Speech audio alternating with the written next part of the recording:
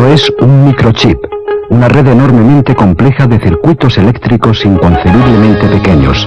Para verlos es necesario utilizar el microscopio. En los últimos años se han creado muchos miles de chips diferentes, desde los más simples hasta los complicadísimos microprocesadores que constituyen el corazón de los modernos ordenadores. Paso a paso han invadido nuestras vidas. Tienen una utilidad innegable y su uso se ha extendido a todas las áreas de la actividad humana. En medicina, en el mundo comercial, en el campo de la ciencia, en astronáutica, la invasión de los chips no se reduce a casos más o menos extraordinarios. Hoy se calcula que hay más de 200.000 millones de ellos diseminados por el mundo y que cualquier hogar normal encierra al menos medio centenar. ¿Cómo se ha producido esta revolución?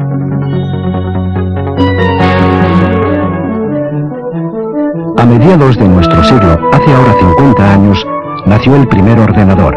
Utilizaba válvulas o tubos de vacío como los de los primitivos aparatos de radio y era un armatoste pesado, costoso y de tamaño tan grande que necesitaba casi un edificio para albergarlo.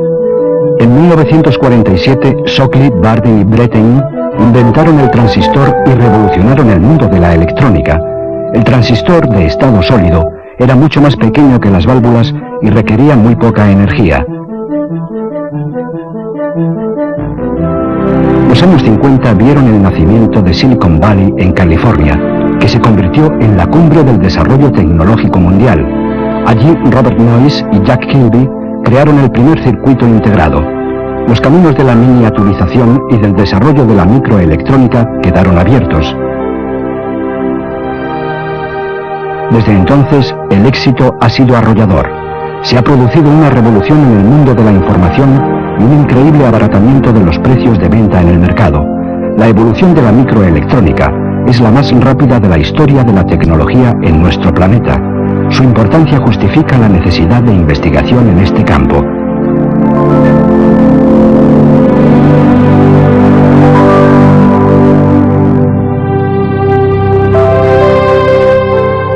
El Centro Nacional de Microelectrónica se creó en 1985 en el seno del Consejo Superior de Investigaciones Científicas y funcionó en el marco de la Facultad de Ciencias de la Universidad Autónoma de Barcelona hasta la inauguración en 1991 de su sede actual en el campus de la misma universidad.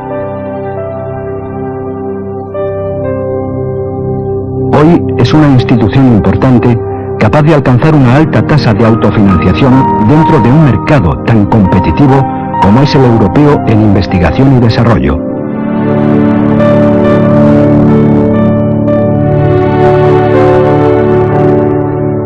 El Centro Nacional de Microelectrónica del Consejo Superior de Investigaciones Científicas tiene como objetivo principal el impulsar la microelectrónica en toda España. Para ello, realiza proyectos de investigación avanzados y también proyectos de investigación con la industria, tanto española como europea. Para ello, dispone de instalaciones adecuadas y, sobre todo, una de ellas, que es la Sala Blanca, es una instalación avanzada a nivel europeo y debe situarse entre las primeras 5 instalaciones europeas.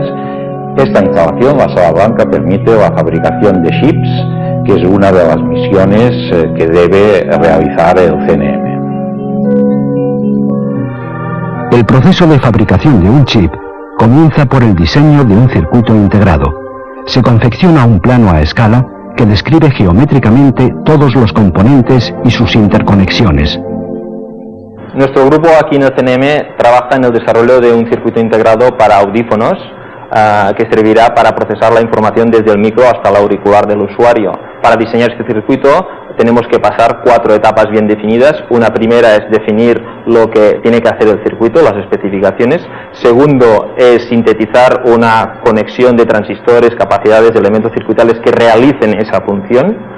Tercero sería simular numéricamente mediante las herramientas de diseño por ordenador el comportamiento del circuito bajo variaciones de temperatura, estímulo, ruido e incluso irregularidades que presenta la fabricación en Sala Blanca. Y por último es el diseño físico de las máscaras que definen sobre el silicio el circuito propiamente dicho. Este paso es manual y por lo tanto el entorno diseño también nos tiene que suministrar una herramienta que nos permita verificar que las distancias y tamaños de las pistas, dispositivos, etcétera, sean correctos. En este sentido se pasa un control que nos localiza cualquier posible error humano a la hora de diseñar la máscara. En ese sentido, vamos a hacer un zoom aquí. Esto nos indica que la distancia entre estas dos pistas es demasiado pequeña. Entonces, lo único que se tiene que hacer es corregirlo y ya está. Una vez tenemos las máscaras, la sala blanca puede fabricar a partir de esta información el circuito y se nos es devuelto para poderlo testear en el laboratorio. Para fabricar circuitos electrónicos y hacer diferentes procesos es necesario trabajar en un ambiente exento de polvo, porque las dimensiones a las que se trabaja son del orden de 2-3 micras y partículas de 0,5 micras ya pueden ser perjudiciales. Hay que tener en cuenta que la partícula más pequeña que puede ver al ojo humano es del orden de 20 micras y que el diámetro de un cabello humano es solo de 50 micras. El polvo es el enemigo principal de la microelectrónica. En la sala blanca del Centro Nacional de Microelectrónica se trabaja con unas dimensiones típicas de 2 a 3 micras de longitud y 0,5 micras de grosor. Esto significa que partículas de polvo de solo media micra pueden dañar los circuitos que se están fabricando. El personal que trabaja aquí tiene que utilizar trajes especiales en el interior del recinto.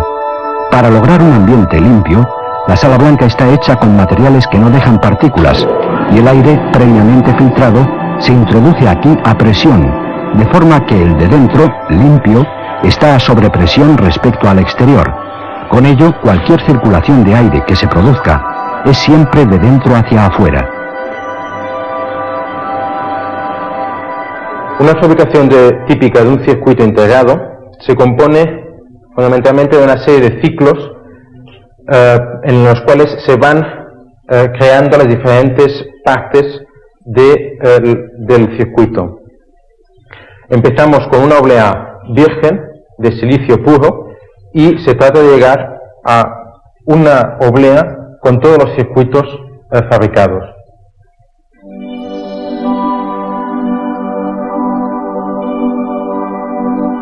Una fabricación de este tipo soporta habitualmente unos 9 ciclos. En cada ciclo se crea una capa, que puede ser una oxidación, una deposición de nitruro o una deposición de aluminio.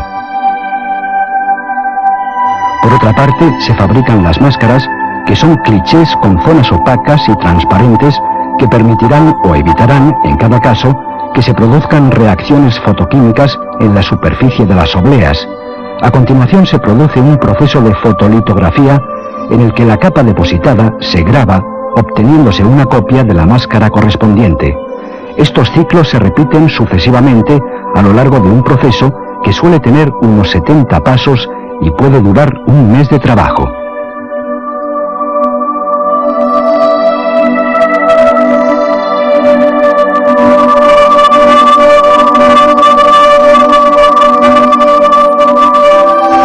Una vez que las obleas salen de la sala blanca, se tiene que comprobar que el proceso de fabricación ha sido correcto. Es lo que se llama caracterización. Este equipo de medida automática obtiene las curvas de los dispositivos más elementales que forman la oblea, un conjunto de parámetros que indican si todos los pasos han sido correctos y también permite conocer hasta qué punto es estable el proceso de fabricación. A continuación se aplica un conjunto de test de comprobación. El Departamento de Tecnologías del Silicio desarrolla nuevas tecnologías de fabricación de circuitos integrados y dispositivos electrónicos en chips y microsistemas. Un chip reúne miles de dispositivos electrónicos que de otra forma tendrían un tamaño muy grande, y a esto se suman ventajas como mucho menor consumo, mejores especificaciones y menor precio, lo que es importante para su utilización en la industria. Como ejemplo, podríamos enseñar lo que sería la comparación de una placa de circuito impreso que es de los primeros ordenadores de hace 2 décadas con un circuito integrado que sería equivalente a centenares de dichas placas. Otra de las actividades que se realizan en el departamento consiste no solo en fabricar circuitos electrónicos, sino lo que llamamos microsistemas. Un microsistema, como se podría ver en esta gráfica, consiste en la combinación de una parte electrónica, que realmente sería circuito integrado, conjuntamente con otros dispositivos que pueden ser sensores, que serían los que captan la señal que queremos observar de la parte exterior del sistema electrónico, y por otro lado los actuadores electrónicos. La combinación de estas 3 componentes es lo que llamamos microsistema. Entonces, lo que realmente hacemos en este centro consiste en desarrollar distintos tipos de sensores, tal como se verá posteriormente, que son sensores de tipo químico o físico, circuitería electrónica, así como actuadores que pueden ser micromecánicos o de potencia. El silicio, aparte de tener unas buenas propiedades eléctricas, tiene unas excelentes propiedades mecánicas. Esto permite que mediante la combinación de la tecnología microelectrónica más las técnicas de micromecanizado, fabricar sensores y microactuadores.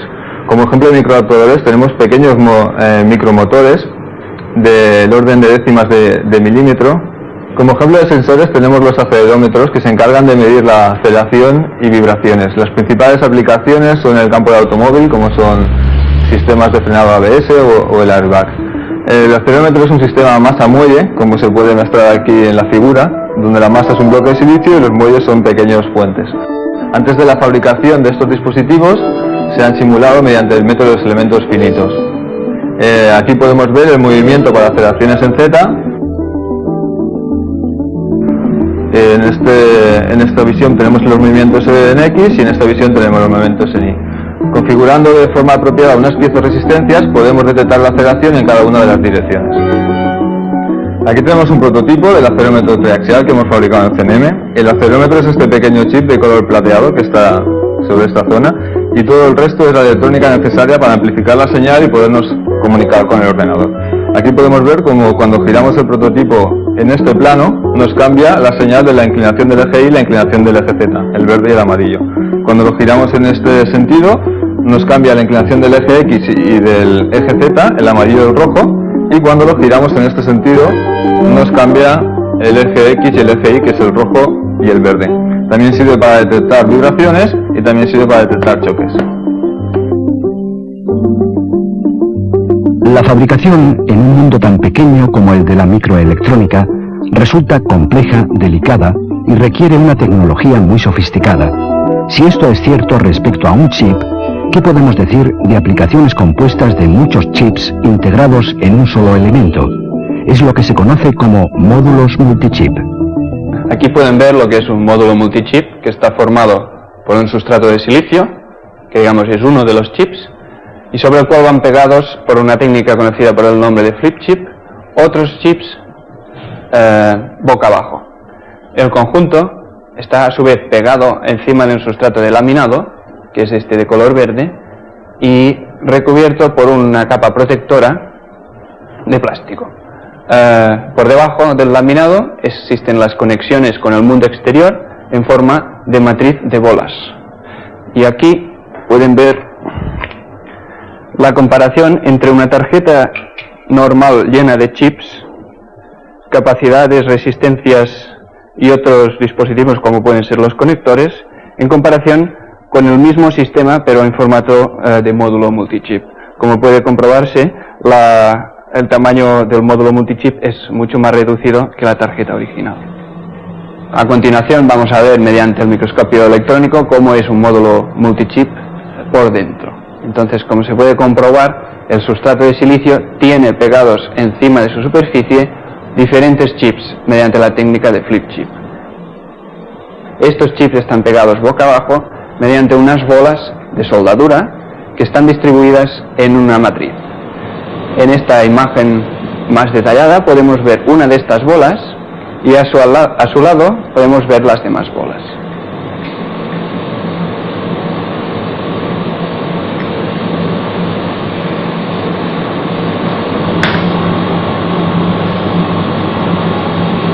El sustrato de silicio a su vez está conectado mediante unos hilos de oro con un sustrato de laminado y aquí se puede ver un detalle de la conexión de dicho hilo de oro con el silicio, y en esta otra imagen se puede ver la conexión de este hilo de oro con el laminado.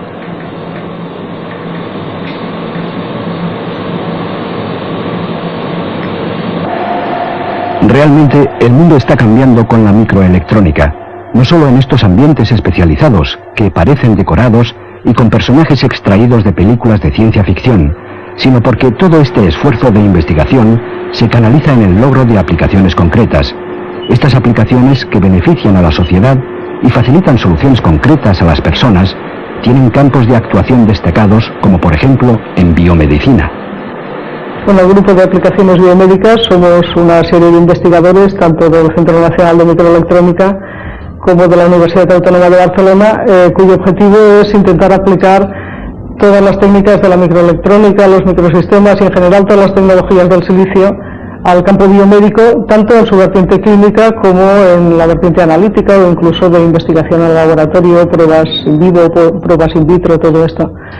De todos los campos posibles de aplicación, uno que nos interesa especialmente y donde la microelectrónica está muy justificada es todo el campo de los dispositivos implantados que pueden ir dentro del cuerpo y que pueden servir o bien para registrar señales bioquímicas o señales eléctricas del interior y que después sirven para monitorizar el estado de una persona, o bien por el contrario para estimular nervios o estimular músculo a través de señales que le vienen desde el exterior. Somos un total de unas 11 personas aproximadamente. Venimos de campos realmente muy diversos. Hay físicos, hay electrónicos, hay ingenieros de telecomunicaciones, informáticos, una doctora en medicina, incluso 2 químicos que no están directamente en el grupo pero que colaboramos estrechamente con ellos, y esto hace que el grupo sea realmente muy multidisciplinario y pueda atacar problemas de este índole de aplicaciones a la biomedicina. Actualmente en este centro se están realizando diversos proyectos en el campo de aplicaciones biomédicas. Uno de ellos, que es muy interesante, es la realización de un microsistema que es como una microaguja donde van incorporados muchos sensores que sirven para medir distintos componentes del cuerpo.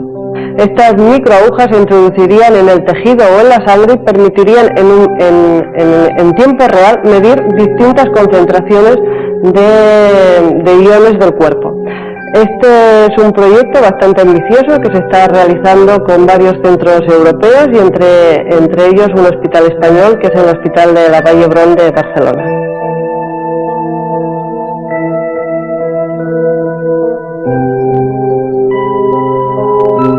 Una de las aplicaciones que se ven inminentes es en el campo de la cirugía cardíaca extracorpórea, donde permitiría valorar y estar controlando instante a instante diversos parámetros del músculo cardíaco. Además de los proyectos que se realizan para registrar señales procedentes del cuerpo, se trabaja en otros que intentan la estimulación de este desde el exterior. Uno de ellos pretende enviar estímulos al nervio óptico para corregir la ceguera. En otro se intenta estimular la médula con el fin de ayudar a pacientes discapacitados. Parece un sueño, pero mediante la colocación de microelectrodos, parapléjicos y tetrapléjicos podrían recobrar diversas funciones. En cualquier caso, resulta imposible mencionar todas las líneas de investigación y proyectos existentes en el Centro Nacional de Microelectrónica.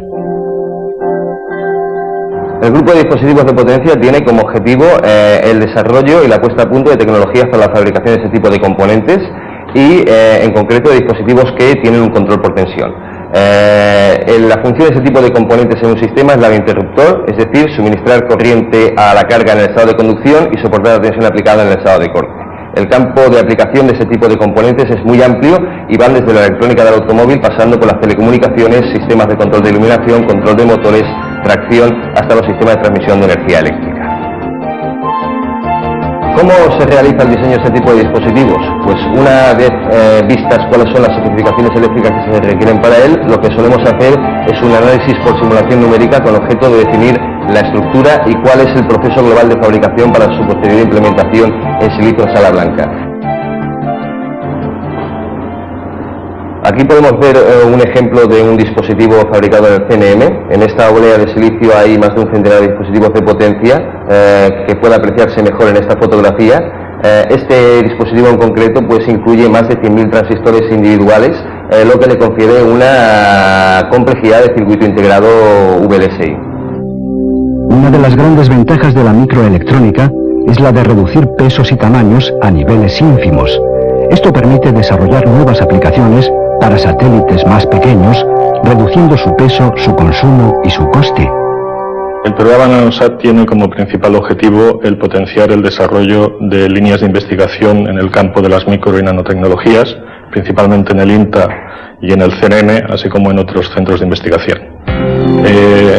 Para ello se pretende desarrollar un nuevo satélite llamado NanoSat que tendrá como principal misión el comunicar estaciones científicas que se encuentren en lugares remotos de la Tierra y principalmente la base antártica española Juan Carlos I, que durante el periodo del invierno austral.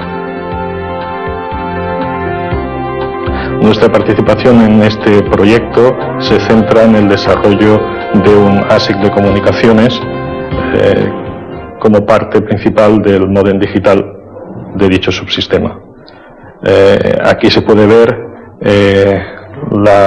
el prototipo de prueba que estamos diseñando, con el cual finalmente se fabricará el circuito final a un tamaño, a una escala mucho más reducida. El Centro Nacional de Microelectrónica posee una infraestructura avanzadísima en la que se integra su sala blanca, una de las más flexibles de Europa. Esto le permite colaborar con la industria no solo en proyectos conjuntos, sino también suministrándole prototipos y series.